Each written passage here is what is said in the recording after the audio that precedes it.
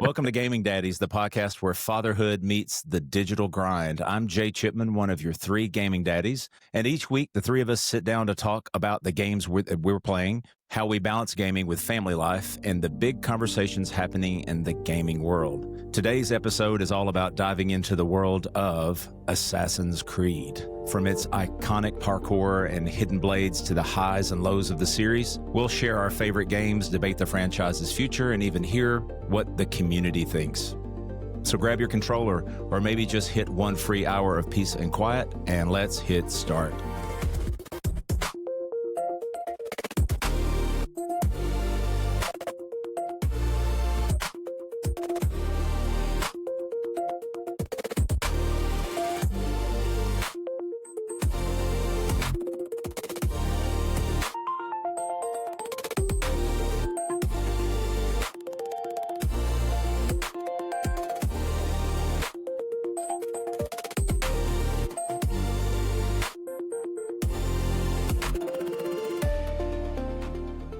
So I hope you gentlemen are doing well this evening. We just got back from a cool little birthday party, so we're settling in. So Well, congratulations to Ronan. Yeah. 1 year old. Yeah. The milestone. What a Big one.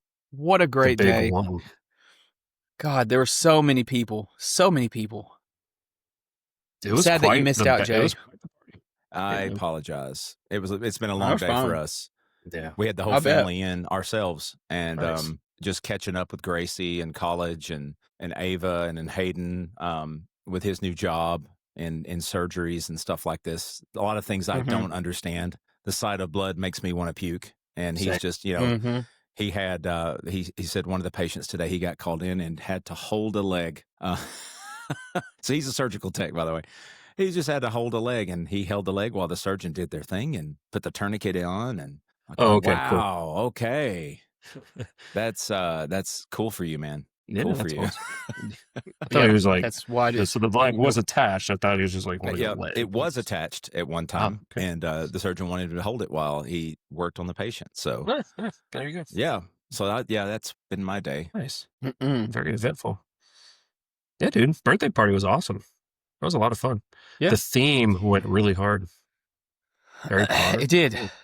It did. It sold. Or ate, It as the sold? kids say. It ate. Did it leave crumbs though? Oh, there were crumbs. We had to power No, wash that's the not rug. good. No, yeah. not literally, the figuratively. But No. if you Oh, eat no. and leave no crumbs, then that means it Mm. was like really amazing. No, there was icing Anyway. all over that carpet. Yeah.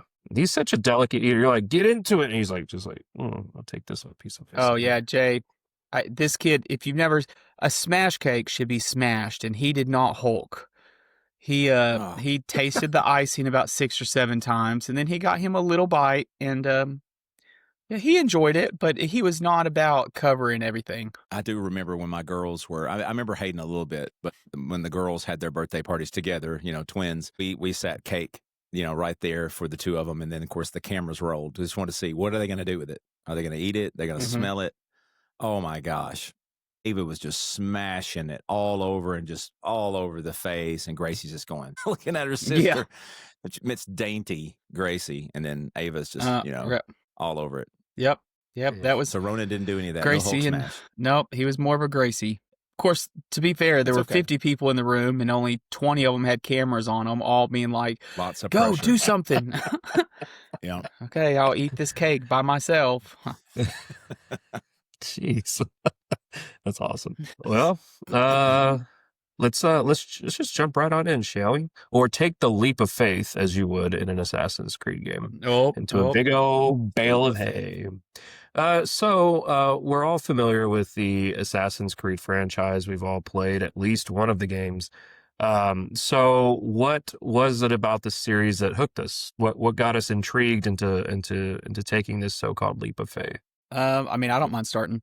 So for me, I started at the very beginning. Assassin's Creed 1. I think I liked the idea of the Animus system, and you're going into your family's genealogy, and like my family has a really big fascination with history anyway. And so like we're big nerds. We'll go to the museums and do all that stuff. So it was really cool to kind of go, hey, this is your family's genealogy, and then we're going to go into your past.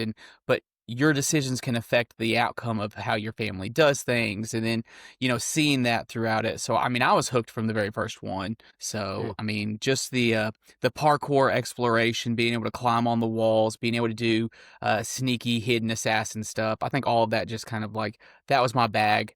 And then the fact that it did go back and forth between the Animus system, like present day, and then you go back to history, and then you go back to present day, and there was like a connection of, this constant evolution of the Templars, or how they affected the past, but they're still affecting today's society.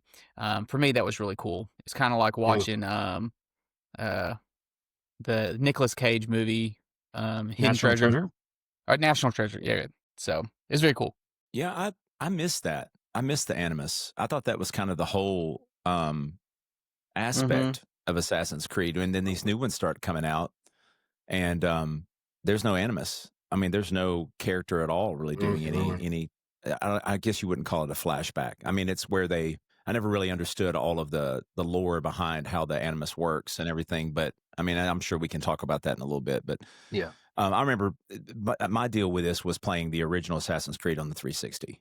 Not long after it came out, I want to say I got it for Christmas, and the parkour system was just revolutionary for the time. I had never seen anything quite like that. Climbing walls, leaping across rooftops, blending into crowds, stealing things off people. I think the historical setting is what gave the hook for me. I'm kind of like Jared. I'm a big history nut. I love it. And that's an era that I never really explored. Most of my stuff was World War II, World War I, Vietnam, pretty much, 20th century stuff, Civil War. And I always thought that would be a good one, a good era to step into. But I guess it's the reimagined version of the Crusades. Wasn't that where that took place? The first one with the Crusades? Yes. I really liked the freedom of just exploring. And even though it wasn't really a sandbox, I mean, it was linear, I guess, in a way. You could choose certain things to do first, but I liked how the world reacted to you. I think Jarrett mentioned on that too. It wasn't just you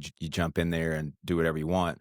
But I mean, I guess you could. The strategical choices that you could make was the only other game that I could remember where you could go, okay, I'm going to go in guns blazing, or I'm going to strategize. This was Rainbow Six, the early Rainbow Six games where you could line up at the door and strategize how you're going to do your entry. With Assassin's Creed, I felt like I had a choice to, okay, I went in guns blazing and nearly died. What if I went back and did that again and tried to be more subversive or something like that? Kind of like a thief in the night. That was really, really cool for me. That really stood out. For me, I think so. We all share the same jumping on point. Like my first one was the original Assassin's Creed, which released in 2007, and I started it on PC. I remember having that for my PC at the time. Played a little bit of it, but I didn't get into it really until 360 when I got my 360 and played that. And it was just so incredible to play for that. Like, the parkour system was so cool. You get in and you have missions to do, but like really I would just go and kill time in between classes at college and just go and just run around the world and just like see how quick I can get from point A to point B, just like from the ground. How fast can I get up the wall here and jump over the rooftops and get to my destination as quickly as possible. That was really, really fun, just to do all that. And again, hiding and blending in with the crowd and your stealth kills and all that stuff. It made me feel like I was the Altair. I was actually this character in this game, in this setting, and I love history. Like World War II stuff was probably my favorite era, but like playing the Assassin's Creed games, like with its, natural history embedded into the story, like it really just hooked me into that too. And like, I was very intrigued with what was going on in the world around me and how the Templars and the Brotherhood played their part in that and their revisionist history or whatever.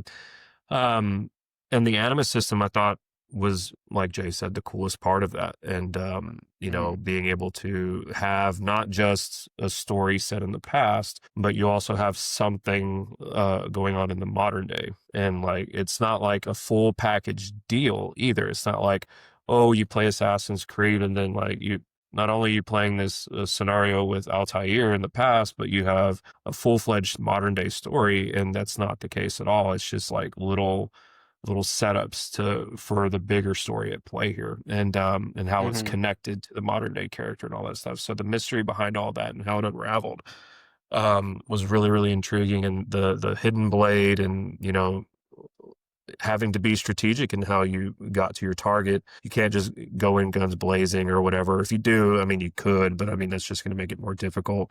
And really the only other game that I had experience with that, because I never played Rainbow Six. Rainbow Six was one of those games that flew over me.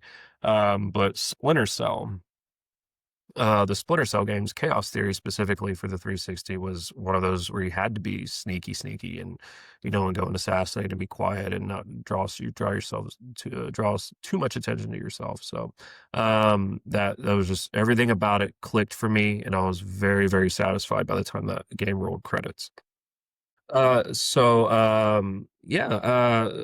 Did before we get into our favorite assassins and whatever, did you stick with the series all the way through, like from beginning all the way till now, or did you jump in and out at certain points? Did you skip some?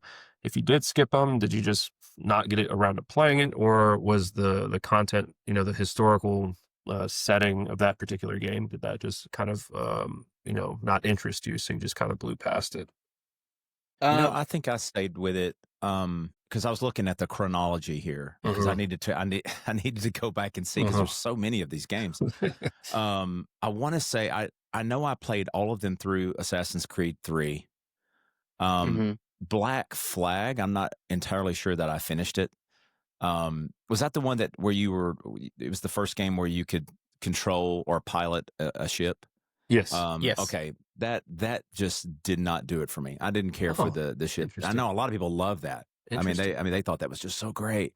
It deterred me from the game a little bit. But I know I played Rogue, Unity, Syndicate. I know I played, but I don't think I finished that one. I need to go back and check. So yeah, and then I think from Origins out, I've played them all except for Shadows. I haven't got the new one. I mean, go ahead. I was just going to say, like, for me, I jumped off about, I wouldn't say jumped off. There were so many that came out after 3. Like, it was chronological. It was like 1, then 2, then 3. And then it got to Black Flag, and it was like boom, boom, boom, boom, boom. And they all came out so quickly. Like, I never got a chance to play Syndicate or Unity.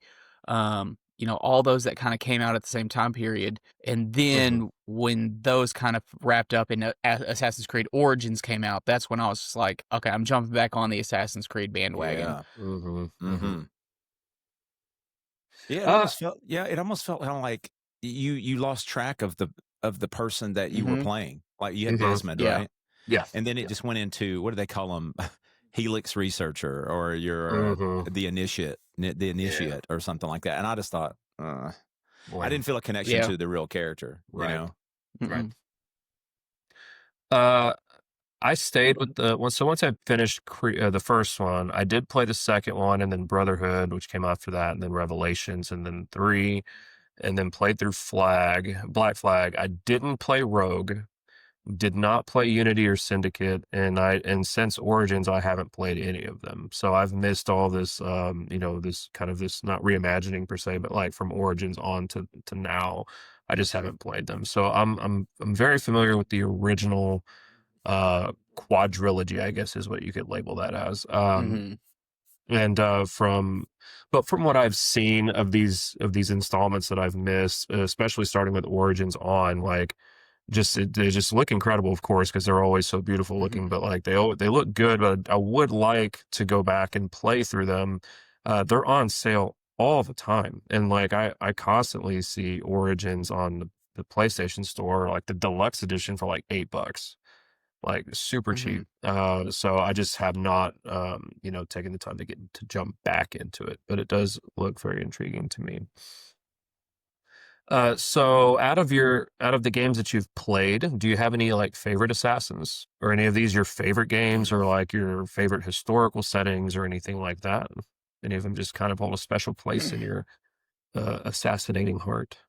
Actually, me and Jay were talking about this earlier this week. So I'm cross-threaded. My favorite setting is Assassin's Creed Shadows. I just love that Japan. Like I've been asking for that ever since they started Origins. I was like, please put an open world game in Japan. Please put an open world game. And so my setting is, the Shadows.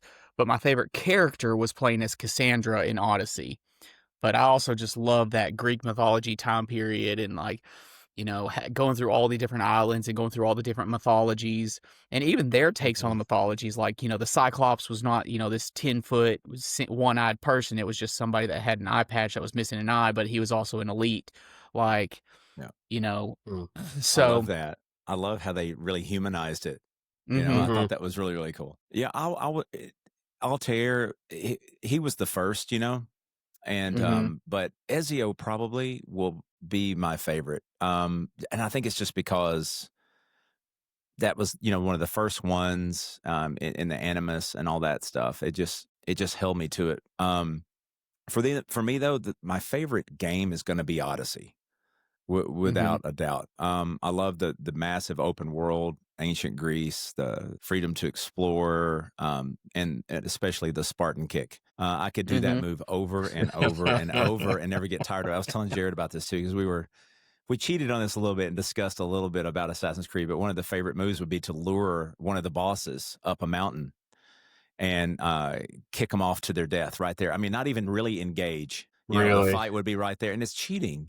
But it's part of the game. It isn't like I put in a code or something, It was just, I just figured out, that's all I have to do is get one kick in and off he goes. Good times. But the game just had that energy, made me want to keep playing it. That was one that I didn't want to end, believe it or not. And the setting was gorgeous. That was one of the first ones. I guess Origins too, but that next gen graphic on those two were just it was awesome.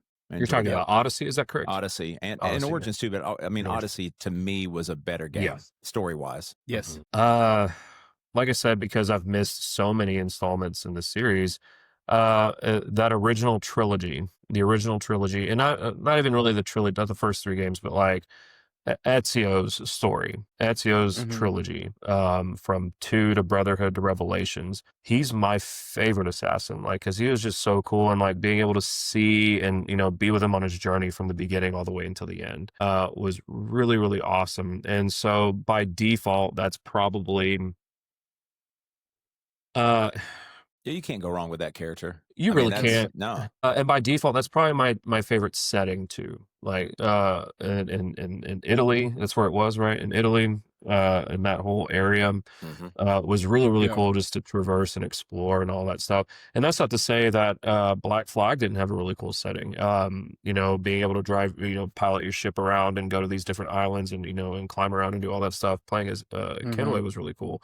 And Connor in Assassin's Creed 3, that setting was really cool too in the revolutionary times. But Ezio definitely my favorite character in that series so far, and his time period was the best for me, as well. What about you, Jared? Did you already cover yours? Yeah. So okay. So favorite, so I guess that just covers favorite games then. So, what did we like? What do you like about the series and what it does best? What are some things that this particular series excels at, do you think? Jay, you want to start? Well, I mean, my answer is just short and sweet. It's the whole Thief in the Night, Shadows. I've always dug that. I've got enough of that running in and just guns blazing type of thing. Assassin's Creed was the first for me where I felt like I had to really almost pre-plan. I had to research. I had to scan out the area to go where is, and then of course using like the Eagle where you could just scan the area and find where everyone is. And Rainbow Six had something similar like that where you could send in the little you could use the little camera under the door. You could set that under there, and then you can mark them. You could mark all of your enemies, and I just thought that was really good. It was really, really cool to just have a different avenue, an approach to winning a target or whatever you need to do, steal this or assassinate that person. I thought that was really just it was another layer of fun that added to it. You had to think. It was a thinking man's game. Yeah. Rather than just going blind and just kind of just spray and pray or something like that. Yep.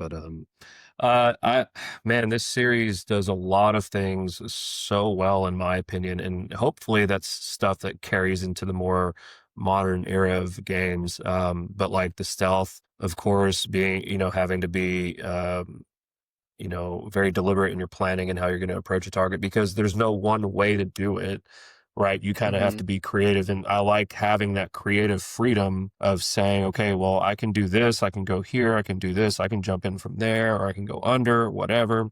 So having that freedom and not really having a linear approach to something is really fun. And that makes me have to actually think and exercise my brain. The equipment, setups and different things like that, it becomes more RPG to my understanding the further we get towards the modern day installments. One of my favorite things that this series did was in Brotherhood, where you actually built up your own brotherhood of assassins and you recruited people and you sent them out to go and do things.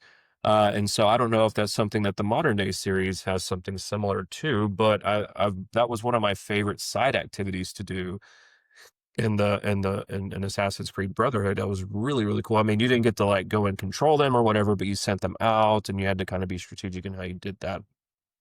And talking about, the eagle points, those markers and things like that. And man, this is for me as a completionist, this is a game that really I want to complete, because it's so cool in how it just does things and puts things out there for you to do, extra things to collect, extra things to go and scan, or extra people to go and assassinate and all that stuff. And, clearing the fog of war, discovering more points of interest and things like that. The other thing that the series did really well, and I know I'm continuing on, was the modern day story.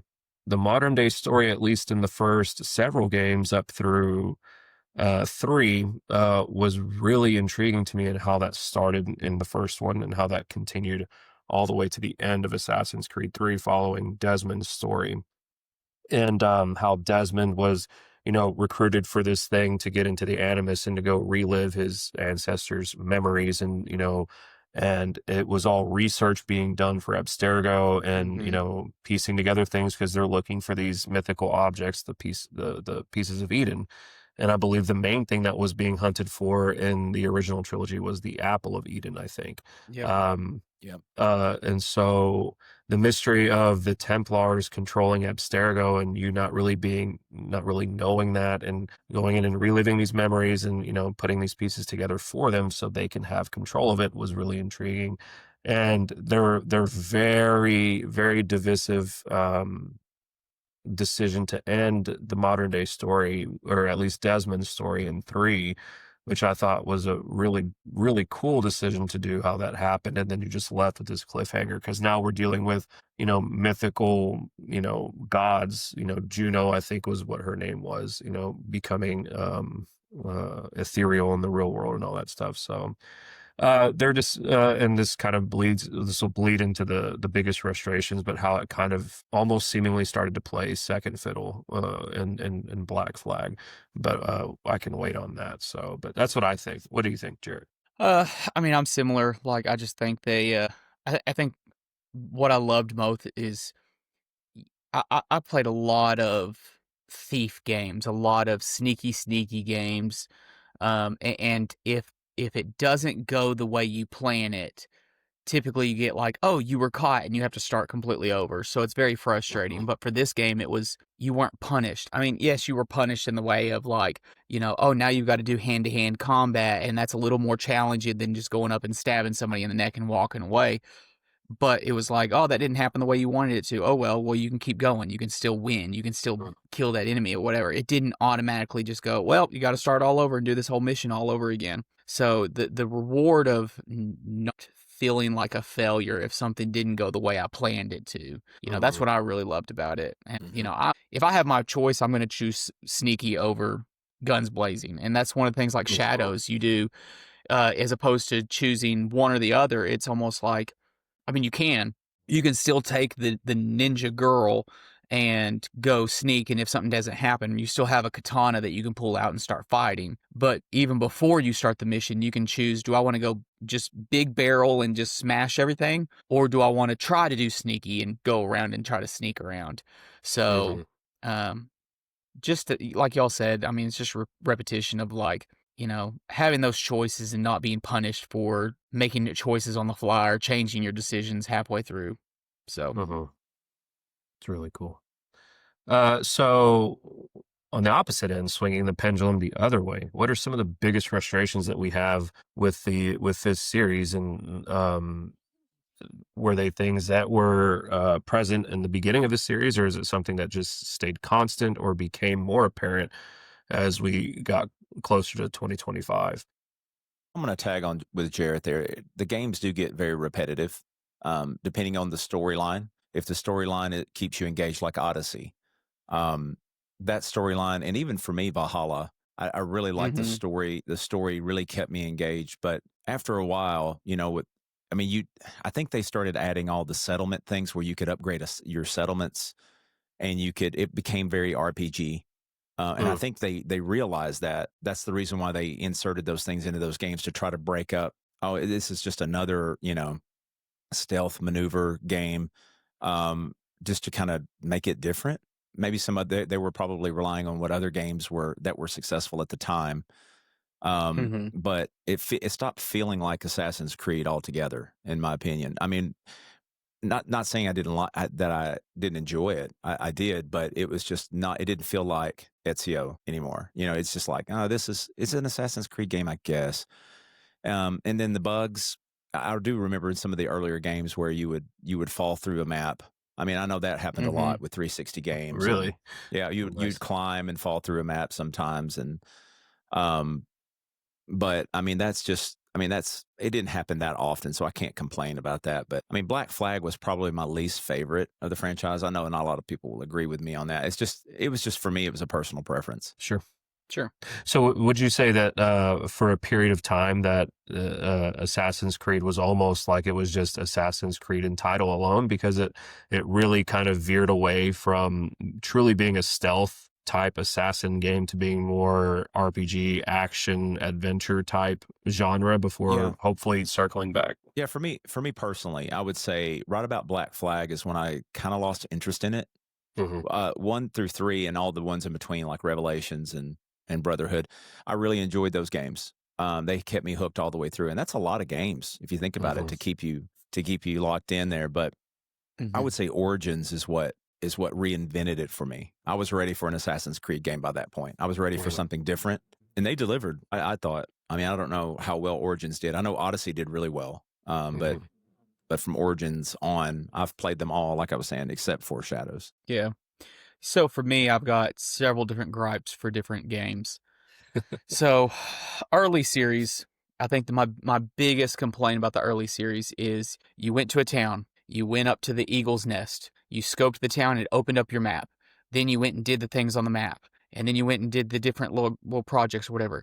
Then you went to a different town. And then you climbed up on the Eagle's Nest. You unlocked the map. You go and do all these and then you go to the next town. You climb the Eagle's Nest. You unlock the map. Like, it was just such a repetitive situation. And I was just like, well, how many times do I have to just keep doing this? Like, it got old very quickly. And so that was my biggest frustration with the first one. I mean, yes, my timed jumps, or I would try to leap off or like climb onto a rope that I should be able to climb on, and for some reason he does a somersault off the building and either dies or lands in the middle of guards. That was frustrating. So Black Flag kind of had I'm sorry to interrupt you, Jerry, but the lack of save game. I mean, why? Why can you? I mean, that's one of the things I felt like, okay, I'm about to go into this. Can I not hit, save right Was here? it really not that many save options? I don't remember. It's just checkpoints. Yeah. Okay. And man, you have to really think that through. I mean, maybe that's a plus more than a pro than a con, because you really have to think this through, and scout. Which they did correct in the later games. They gave you options to replay missions or start over missions, or, even file saves. Like, you can save. I saved all the time during Shadows. I mean, I saved because Ronan was crying. I saved because I was about to go into a mission, I didn't know the outcome. So they did fix that, but That's good to know.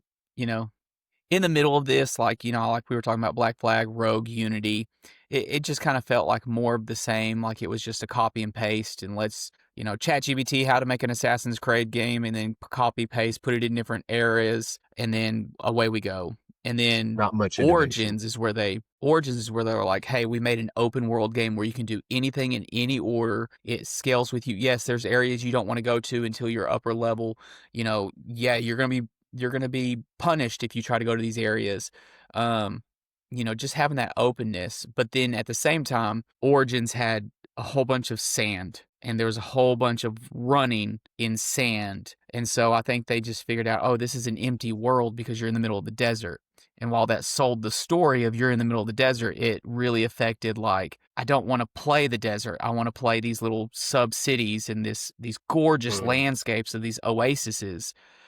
But then they fix that in Odyssey, where you have all this extra stuff, and then you have the ships. They bring back the ships from Black Flag, and they're not as a central part, but they still are part of that. Then you got Valhalla, who has such a good setting, and they bring back what you were talking about in Brotherhood, where you go send your people off to go scavenge this land and be able to get stuff, and then you also take them and you go conquer other villages so that you can get their materials or get their people.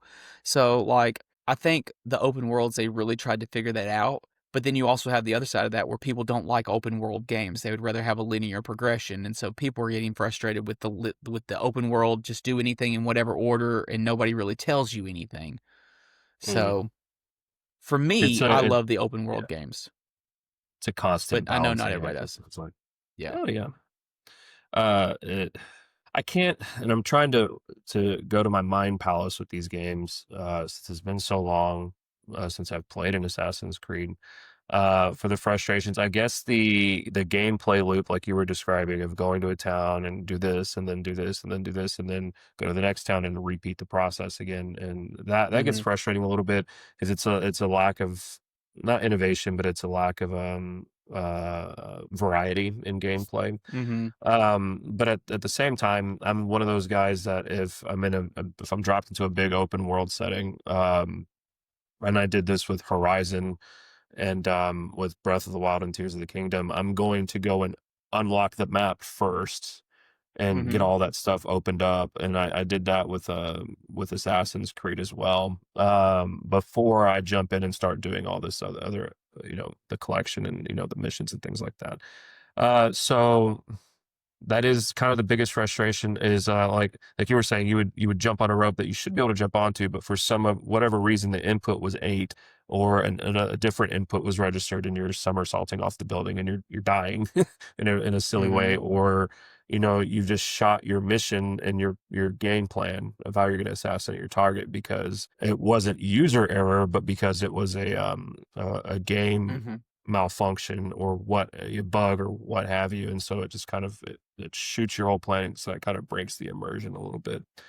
I didn't have any experience with like big bugs or anything like that, like freezing or being locked out or anything like that. Didn't have any real issues with the mechanics system, because that's what it was, at least in the series, in the parts that I've played. Like, it's just like, go and hide and do this and then assassinate and go away. Not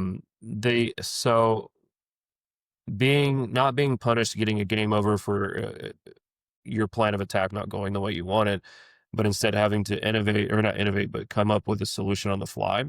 That was all fine and well with me, but sometimes, especially when it came to like, not quick time events, but like timing, like parries and blocks and things like that, that gets frustrating, because that type of system is different from game to game, and not even just exclusive to Assassin's Creed, but like how you would parry something in like Clair Obscur, or how you would parry something in God of War.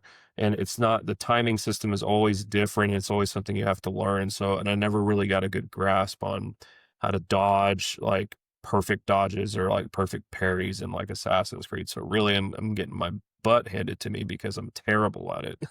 And so having to do that hand-to-hand combat or whatever was kind of annoying, but it's fine. So Yeah. So obviously history is a super important part of this franchise.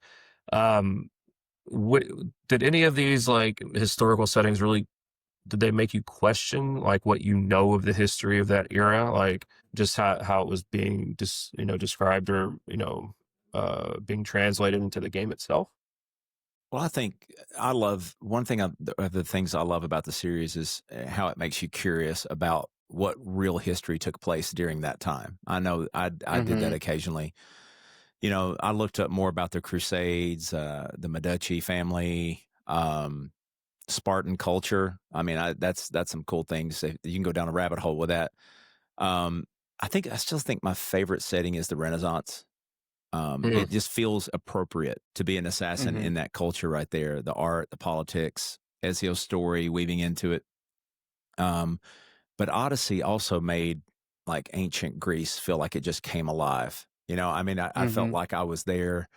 It just pulled me deeper into the history, probably more than I expected it to. hmm Uh, I- Yeah.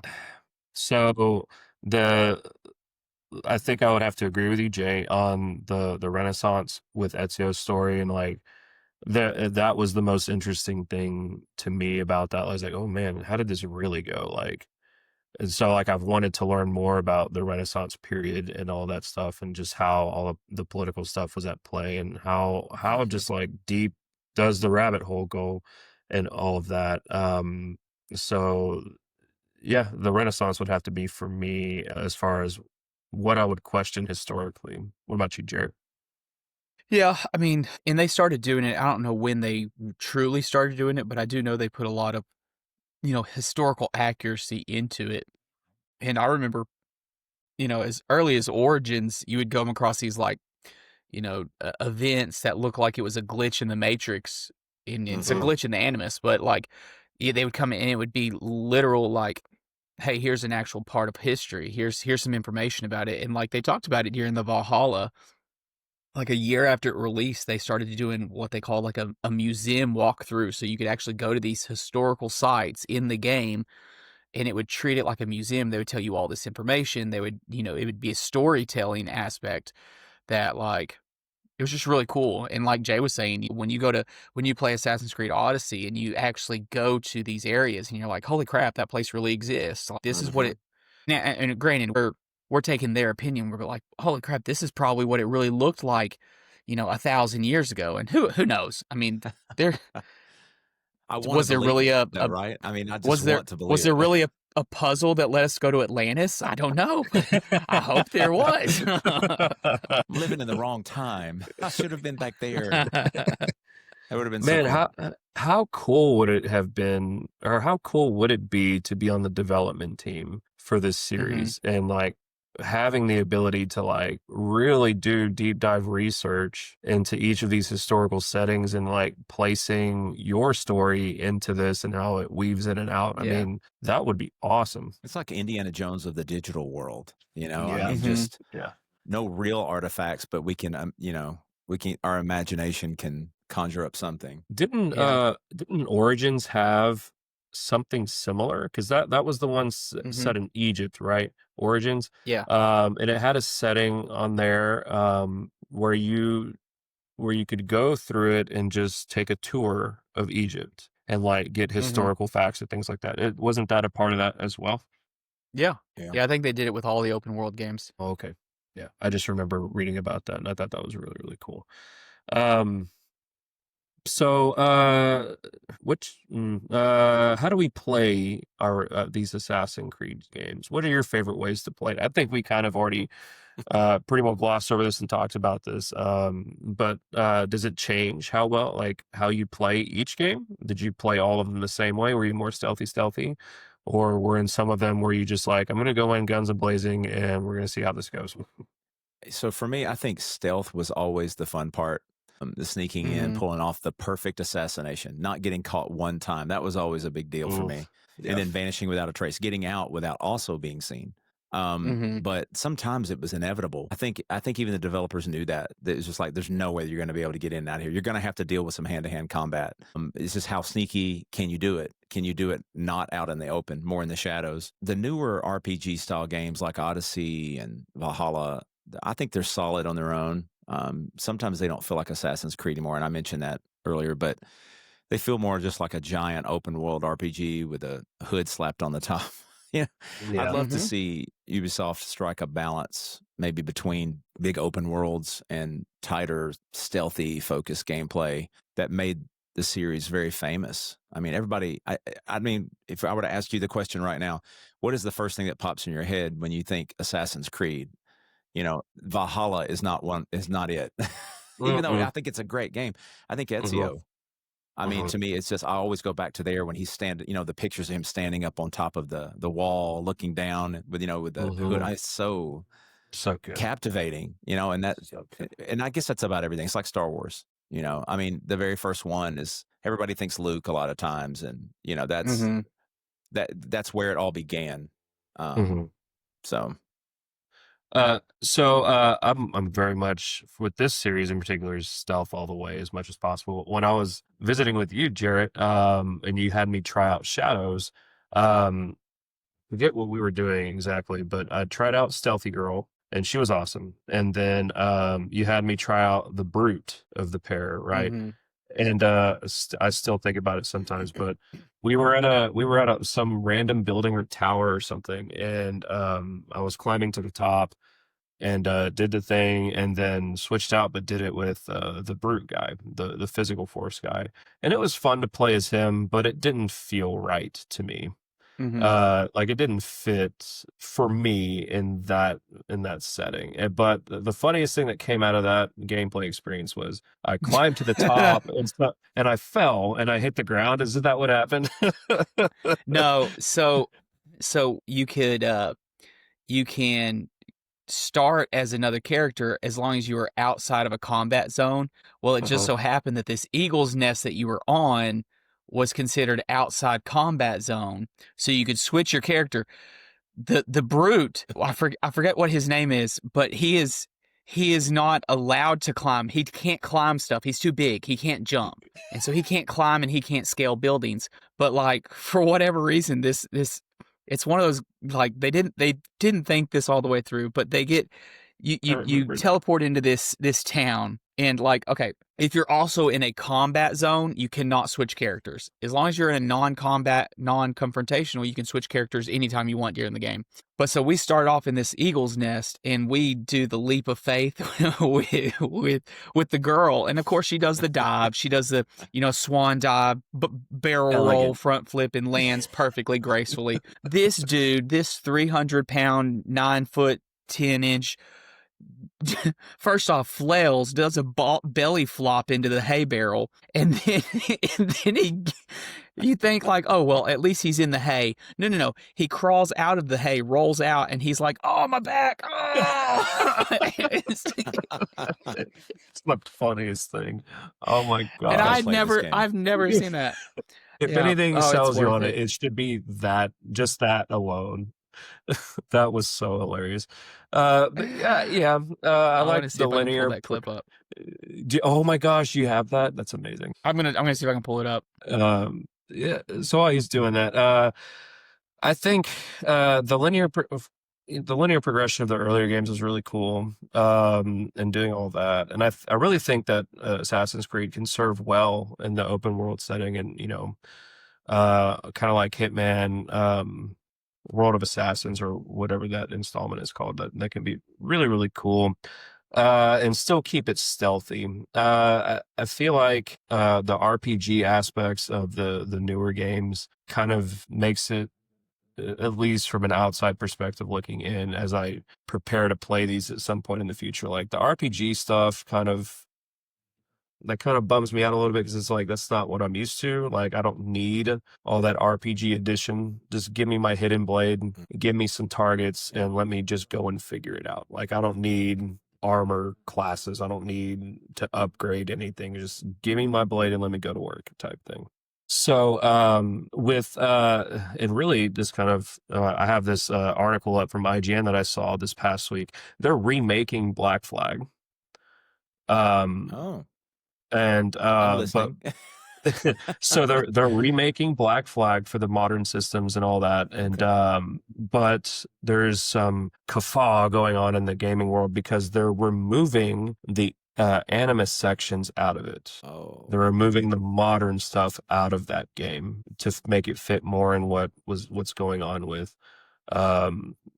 Shadows and with the more recent entries that have seemingly veered away from that, which I'm on the pitchfork crew of why are you doing that? Like the yeah. Animus, that's like the coolest part. Give us that modern day story. Yes, Desmond's story concluded at the end of 3, and that would like I was not upset about that. Like when I finished Assassin's Creed 3 and got to that ending, and the destruction of the cataclysm was averted at and he paid the price for it, like that was in like my jaw was open. I was like, what is going on? How is this going to continue on now that this happened? And then I've read it kind of veered further away from the modern day story, and nothing was really done with it. And then like with the Shadows and the entry before it just kind of really didn't like it kind of had some modern day stuff with the lady that's doing stuff with the Brotherhood, like excavating and all that stuff, but there's really no development there. There's no modern day story, and I really think that this series benefits from that.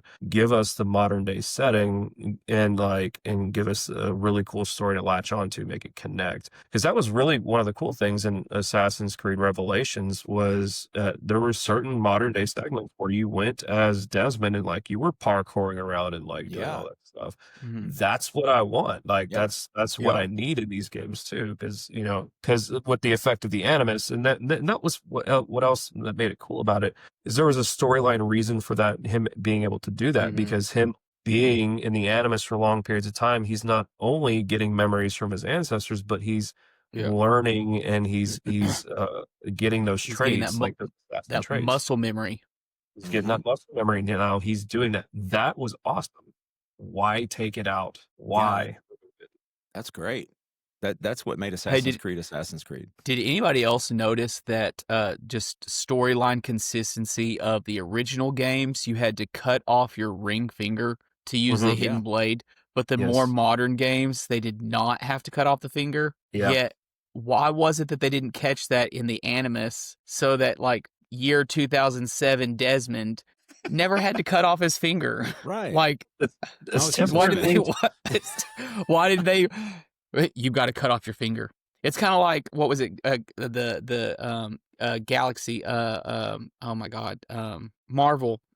Hello. Marvel. Yeah.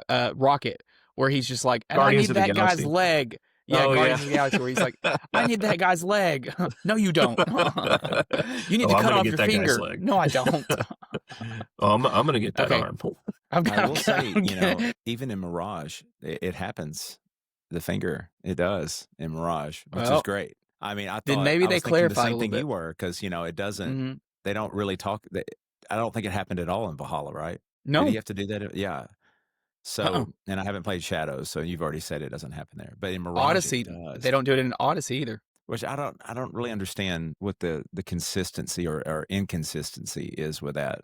Well, so in the historical setting, in the timeline, they do, and I could be wrong, correct me if I'm wrong, but like in during Altair's timeline and Ezio's timeline, like they had to do that because that was part of the ritual. But then at some point, I think with Connor, or maybe it was with Kenway, they figured out that they figured out a way where they didn't have to do that. Like they modeled the dagger, the hidden blade differently or something. So I can't think of it off the top of my head where Altair's storyline would line up compared to Origins.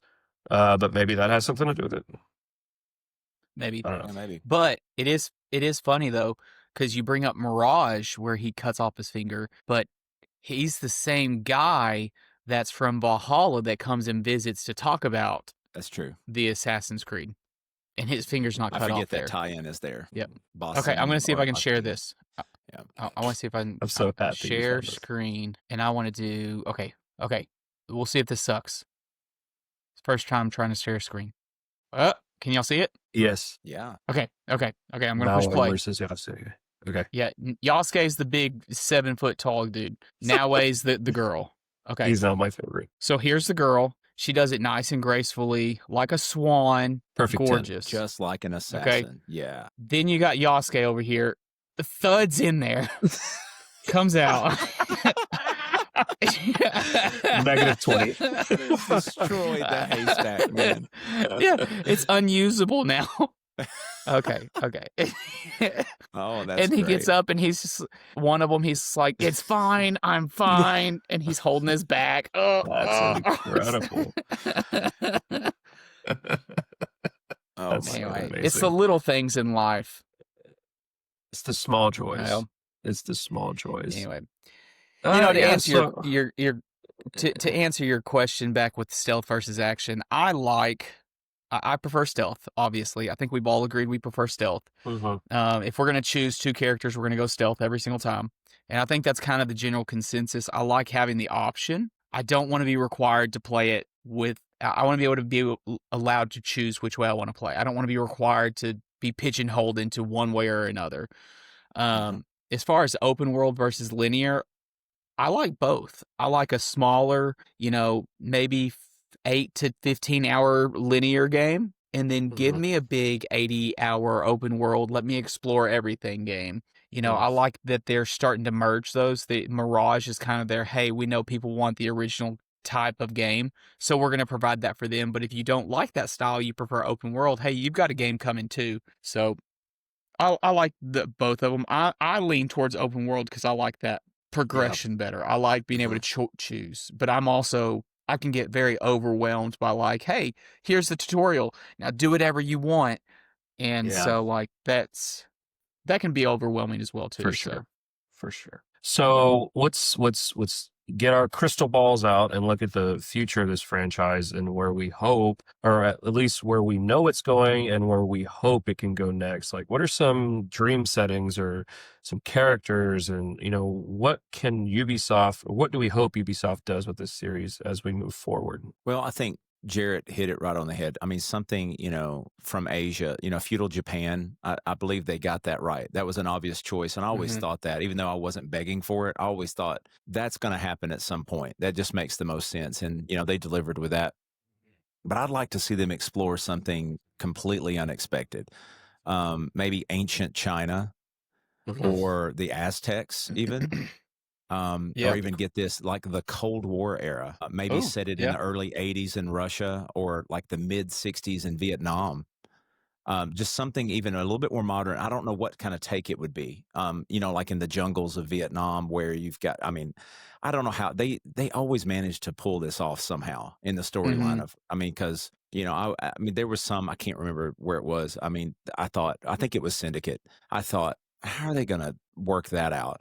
But they did. It was a successful game, if I'm not mistaken. But I think more than anything, I want to see them focus less on being just massive for the sake of it, and just more on crafting smaller but denser worlds, more things in a smaller area, with assassinations that feel like meaningful. Not just, doing it for the sake of doing it. It's like this means something. Bigger isn't always better, but bring back the grassroots, the bold moves, take the chances type of thing. Yeah.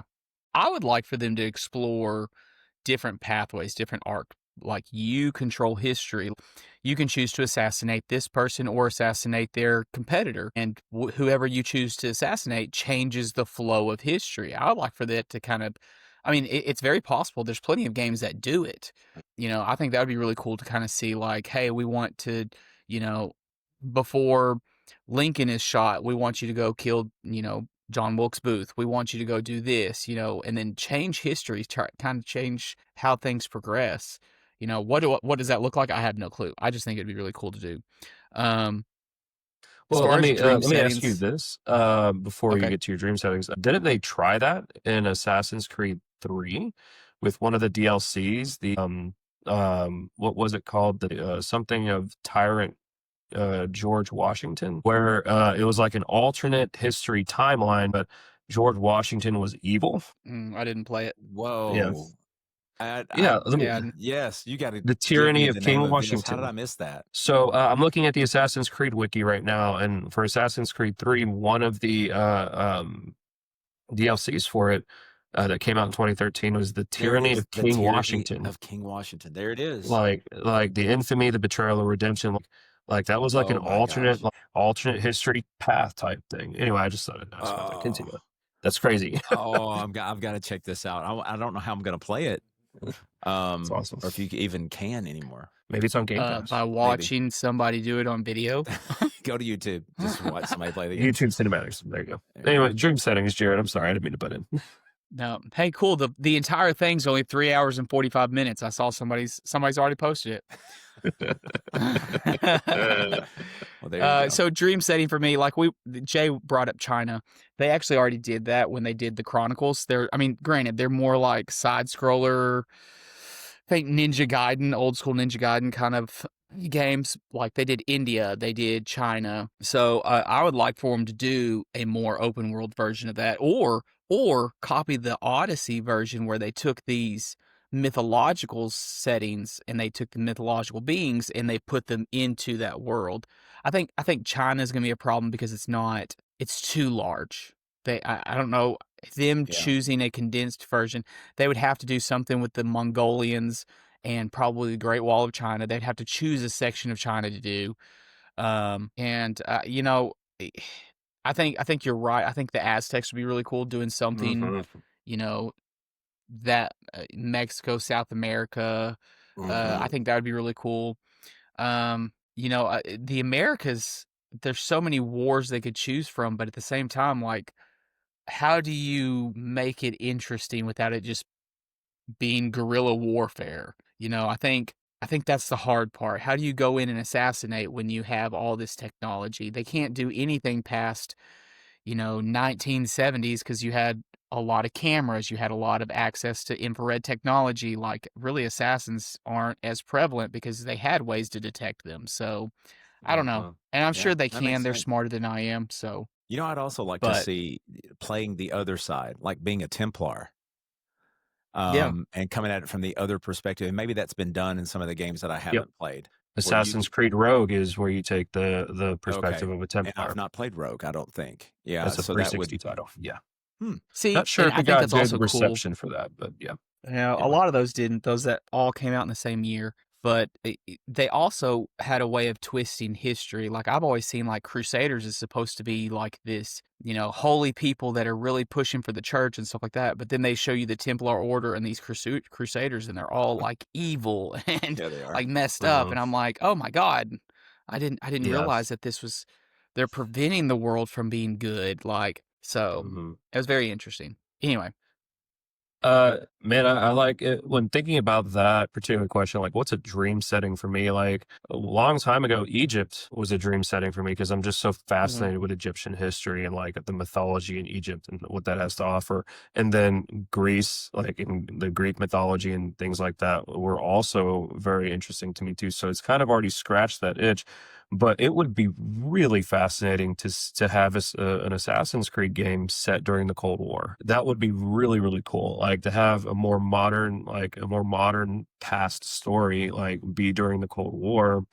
And like the Aztec setting would be really awesome because there's lots of like cool things that can be done with that.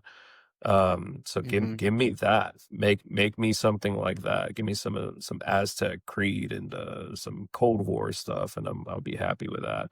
And of course, just give me more of the Renaissance stuff. Like, man, what else is going on during the Renaissance? I want that area explored more as well. And even the Crusades. Let's expand more on that as well. Because that was just really fun. Characters, I mean, we've already, like, Ezio's story was just so satisfying. Altair's story even becomes satisfying towards way later in the series. You catch back up with him. I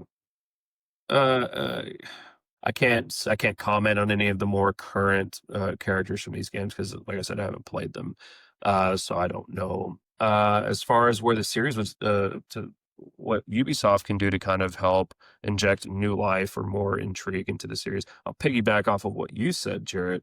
When you're like, "Hey, let me make the decision. Like, let Mhm. me decide who I assassinate. What if I assassinate him or their opponent? And that made me think of I don't know if you guys have ever played Shadow of Mordor or Shadow of War, Mhm. but they use a really cool system called the Nemesis system in those two games, where if you kill like a general in an area, like it takes it like it decreases influence in that area, but someone else from a lower classification jumps up and takes their spot. So it's like it's this constant revolving door of, if I kill him, this person is going to take their spot, but if I go over here and kill them, this can make it potentially easier. So I think that would be brilliant to put into an Assassin's Creed system, a Mhm. game, and just use the Nemesis system, because that makes the gameplay loops infinitely more interesting. That makes your decision making as far as who you're going to assassinate and what province or region way more critical. And that could really make the story just super interesting. Just overall, and I think that can inject a lot of new life into the franchise.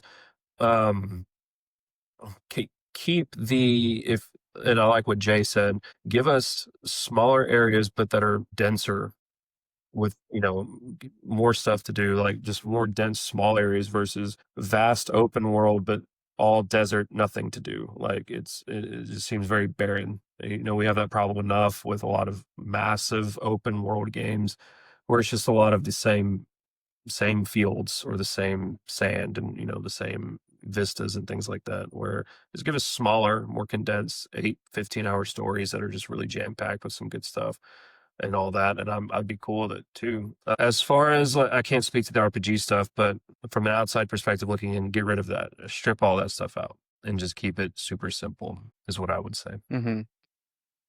Yeah, I agree. Anything else we want to dive into with the Assassin's Creed series? I could just sit here and just wax poetic about it, because it's just so fascinating, and just discussing it with you guys is just making me want to go back and play, and just go back and jump back in, and go and play it now, and just have fun in that world, and go and take care of some evil Templars.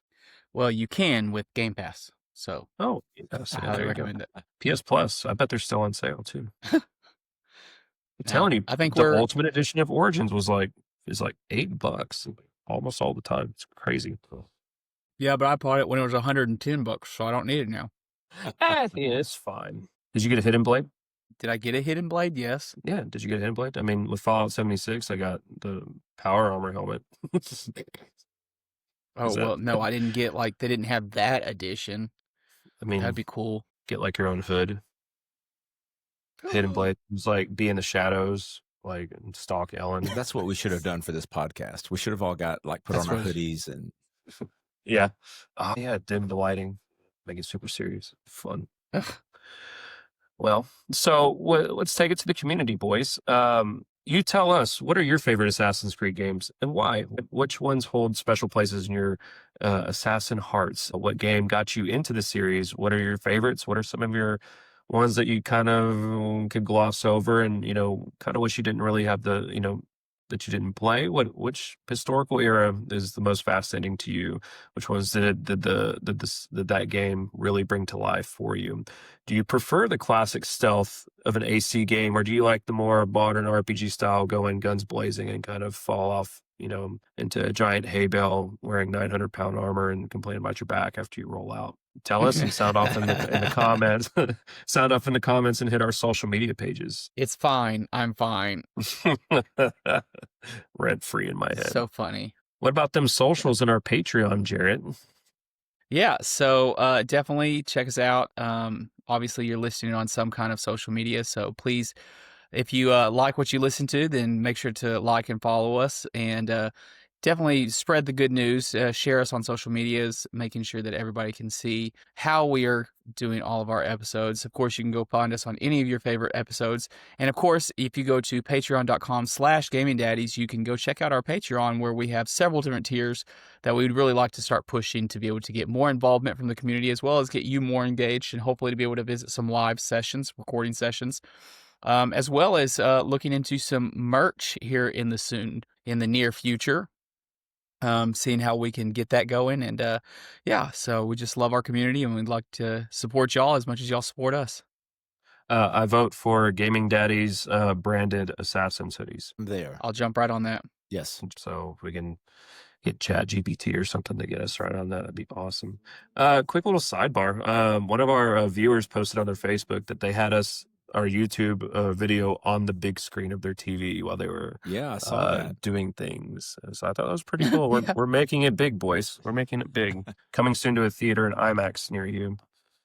An IMAX. That's nobody wants to see my face on a gigantic 100-foot screen. That's the I last still thing anybody regret wants. going to the IMAX theater in Shreveport and paying $42 for a ticket to go and watch Ant-Man and the Wasp. I'm still bitter about that. $42. I'm done. But for Nicole and I, it was $42. IMAX tickets are expensive. Oh yeah, they're $20 a ticket. Yeah, it's terrible. Come on.